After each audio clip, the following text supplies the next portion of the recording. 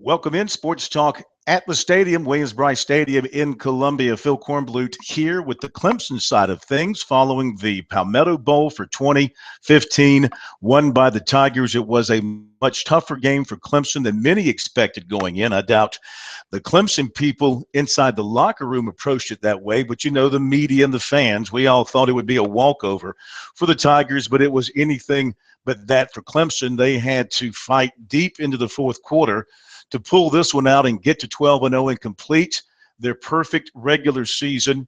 First one for the Tigers since 1981 when they went on to win the national championship. Of course, back then it took only 12 wins to win the national championship. Not the case now. 12's not enough. The Tigers have another one coming up next week in Charlotte against North Carolina for the ACC championship. Win that, and then they're on to the national playoffs. More on that in just a moment. Today, though, in a rivalry game on the road, when you need your big playmakers to step up, the Tigers got that on offense and defense. Deshaun Watson was his Heisman Trophy candidate self today with another game of nearly 400 total yards of offense. He had a season high in rushing attempts and rushing yards and a career high in rushing touchdowns. And when the Tigers needed to make a play, especially on third down, and they were very good on third down, he came through like a champion. The Tigers converted 9 of 13 on third down, and of course that was big for them all day long. And when Watson had to throw the ball more often than not, he did so with pinpoint accuracy. The freshman Deion Kane becoming his favorite target today, and he continues to develop by the game. He had 5 catches for 96 yards, including that big touchdown catch early in the game to put the Tigers up 14-0. So offensively, the Tigers, except for the turnovers, and that cannot be overlooked, another game where they lose the turnover battle, yet win the war. Eventually, that will come back to bite them. It did not today because the Clemson defense did its job 2 out of the 3 times. The Tigers had 2 turnovers on consecutive possessions, 2 fumbles in the first quarter, but the Clemson defense would not yield.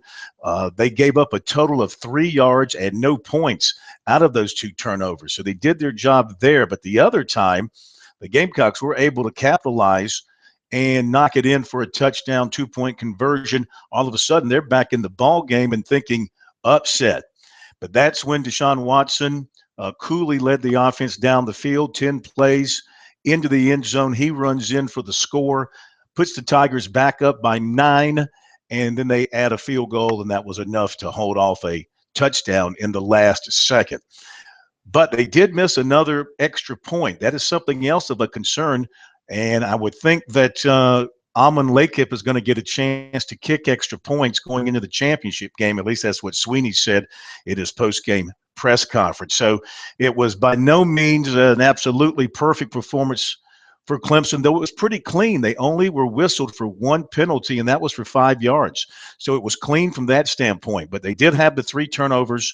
They did have the missed extra point that I'm sure will be of major topic of conversation for the Tigers moving forward. And moving forward, they do next week, next Saturday night at Bank of America Stadium in Charlotte, the Tigers and the Tar Heels. They will meet for the ACC championship. And from a Clemson standpoint, no doubt they'll be number 1 once again when the playoff committee ranking comes out this week.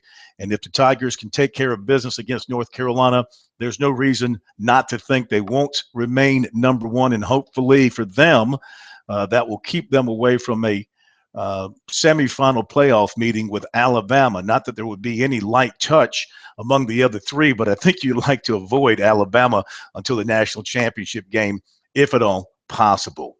So the Tigers in Columbia for the first time since 2007.